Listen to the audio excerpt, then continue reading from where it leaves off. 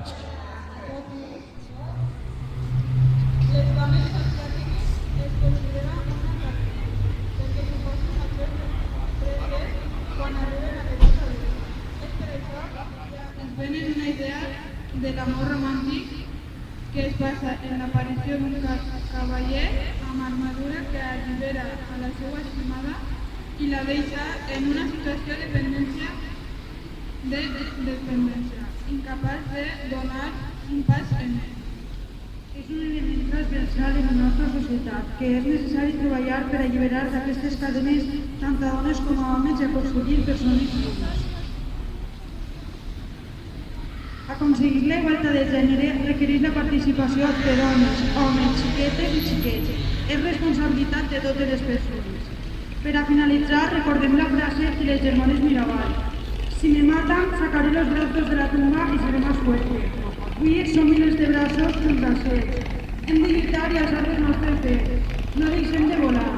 No més mans autoritàries, volem mans igualitàries, volem ser respecte, calma i serenitat.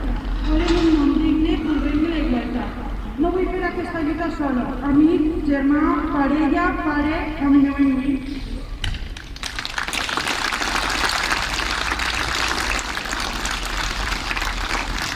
Ara ens agradaria fer un minut de silenci per totes aquelles que avui no estan així.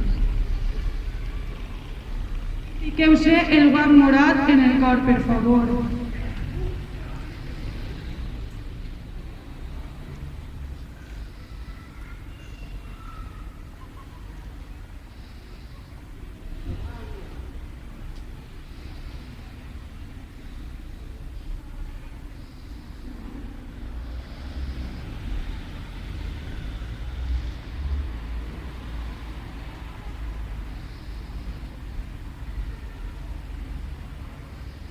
Moltes gràcies.